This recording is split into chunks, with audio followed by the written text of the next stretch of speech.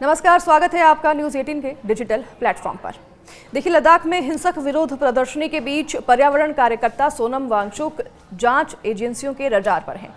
क्यों है, पूरा मामला आपको बताएंगे। देखिए, सीबीआई पिछले 2 महीने से उनकी संस्था Himalayan institute of alternatives Ladakh HIAL और अन्य कई इकाइयों की लगातार फंडिंग की जाँच कर रही है। आरोप है कि अवैध तरीके से विदेशी फंडिंग ली गई है HIAL के जरिए, और सूत्रों का यह भी दावा है कि फरवरी 2025 में वांगचुक की पाकिस्तान यात्रा में भी खुफिया एजेंसियों के कान खड़े किए थे। सोनम वांगचुक की संस्था का FCRA लाइसेंस भी रद्द करने की बात अब सामने आ गई है। केंद्र सरकार ने वांगचुक की संस्था का FCRA लाइसेंस रद्द कर ही दिया है। गृह मंत्रालय ने 20 अगस्त 2025 को शो कॉज नोटिस जारी किया था और 10 सितंबर को ईमेल के जरिए जवाब मांगा था। सूत्रों के अनुसार वांगचुक की संस्था ने 19 सितंबर को जवाब दिया भी था, लेकिन जांच में कई गंभीर उल्लंघन सामने आए, जिसके बाद लाइसेंस रद्द कर दिया गया है।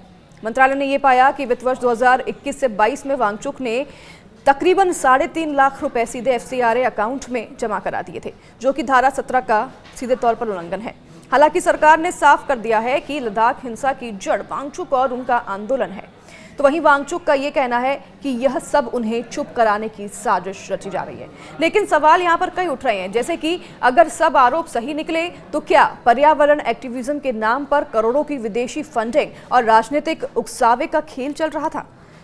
वांगचुक ने युवाओं के गुस्से को हालांकि असली वजह बताया है। दूसरी ओर वांगचुक का यह कहना है कि लद्दाख की जनता बेरोजगारी और झूठे वादों से तंग आ चुकी है। 6 साल की बेरोजगारी और अधूरे वादों ने युवाओं को उग्र बना दिया है। उन्होंने आरोप लगाया कि सरकार आंशिक नौकरी आरक्षण दिखाकर जनता को गुमराह कर रही है, जिसकी वजह से वहां के युवा गुस्सेल हैं।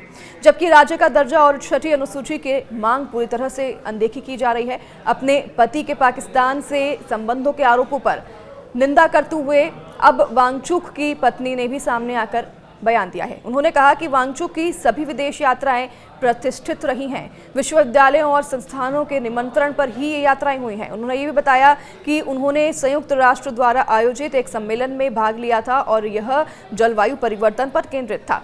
हिमालय की चोटी पर स्थित ग्लेशियर यह नहीं देखेगा कि वह पाकिस्तान में बह रहा है या भारत में, ये भी उन्होंने अपने बयान में कहा। उन्होंने आगे कहा कि फरवरी में आयोजित जिसकी बात हो रही है, चर्चा हो रही है, फरवरी में विदेश फंडिंग के बात हो रही है, उस फरवरी में आयोजित कार्यक्रम की बात करते हुए उन्होंने कहा कि ये ब्रीथ पाकिस्तान सम्मेलन था, जिसका आयोजन संयुक्त राष्ट्र पाकिस्तान और जॉन मीडिया ने किया था और इसमें बहुराष्ट्रीय सहयोग भी शामिल था।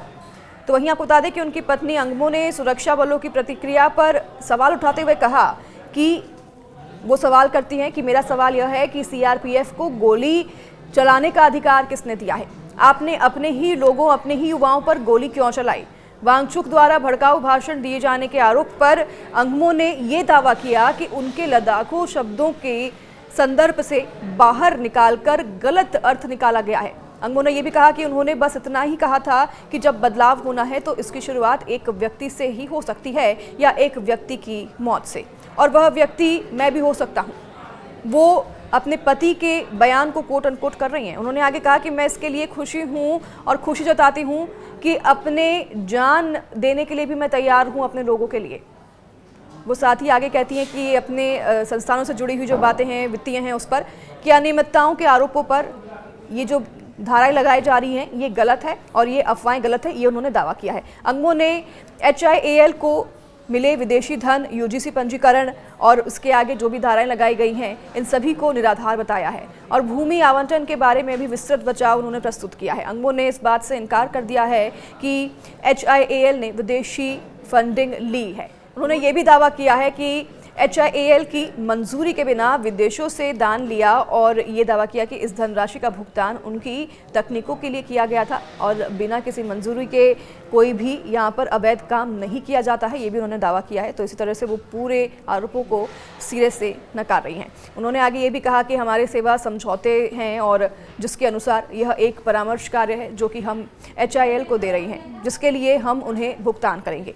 उन्होंने आगे ये भी कहा है कि HIAL अपने 400 छात्रों से कोई भी शुल्क नहीं लेता और बर्फ के स्तूपों और पैसिव सौर भवनों जैसे नवचारों के माध्यम से खर्च के लिए रकम जुटाता है। उनका साफ तौर पर कहना है कि वो फ्री में बच्चों को पढ़ा रहा है और इसी के लिए वो डोनेशन इकट्ठा करता है लोगों से, और 400 छात्र उनके यहाँ पे पढ़ रहे हैं जो कि बिल्कुल भी शुल्क नहीं दे रहे हैं। इसके लिए वो डोनेशन इकट्ठा करते हैं लोगों से, ये उनका दावा है। उन्होंने आगे कहा कि वे अपनी तकनीकों का पेटेंट नहीं कराते हैं ताकि वे सार्वजनिक उपयोग के लिए निःशुल्क तरीके से उपलब्ध किए जा सके। अंगमो ने आगे कहा कि HIAL ने 2022 में विश्वविद्यालय अनुदान आयोग यानी कि UGC में पंजीकरण के लिए आवेदन भी किया था और 15 लाख रुपए की राशि का भुगतान भी किया था। उन्होंने आगे कहा कि इसके बावजूद अगर पंजीकरण नहीं हुआ है तो इसमें उनकी कोई गलती नहीं है। इसका कारण यह है कि इसमें जो लगातार लोग दावे कर रहे हैं वो गलत है और इसे टाल रहे हैं। तो वो कह रहे हैं कि इसमें हमारा कोई गलत विचार नहीं रहा है। HIAL के पीछे हमने पंजीकरण के लिए 15 लाख रुपए दिए लेकिन पंजीकरण नहीं हुआ, इसे बार बार टाला जा रहा है। तो इसमें उनका कोई आरोप जो है सरकार का लग रहा है, प्रशासन का लग रहा है, वो गलत है और उनकी कोई गलती नहीं। उन्होंने ये भी दावा किया है कि HIAL की जमीन का पट्टा इसलिए भी रुका हुआ है क्योंकि केंद्र शासित प्रदेश के प्रशासन के पास ऐसे संस्थानों के लिए कोई भी श्रेणी नहीं है। उन्होंने आगे ये कहा कि जबकि HIAL पर सवाल उठ रहे हैं, सिंधु केंद्रीय विश्वविद्यालय जो कि 2021 में शुरू हुआ था उसके पास अब भी कोई इमारत नहीं है। 4 सितंबर की हिंसा के बाद केंद्रीय गृह मंत्रालय ने कथित वित्तीय विसंगतियों का, बता दें आपको कि हवाला देते हुए HIAL पर ये तमाम आरोप लगाए थे। वांगचुक द्वारा स्थापित संगठन students education and cultural movement of Ladakh को HIAL और बता दें कि इसके साथ ही FCRF लाइसेंस भी दिया गया था जो कि रद्द कर दिया गया था। हालांकि यह पूरा विषय जांच का विषय बना हुआ है। अभी फिलहाल इस पर जांच की जा रही है, कार्रवाई इस तरह से आगे जारी रहेगी। सरकार का भी फिलहाल ये कहना है कि उनका जो लाइसेंस रद्द किया गया है उस पर भी पूछताछ की जा रही है और इनके ऊपर जो भी आरोप लगाए गए हैं वो भी वांगचुक से जेल में पूछताछ फिलहाल जारी है।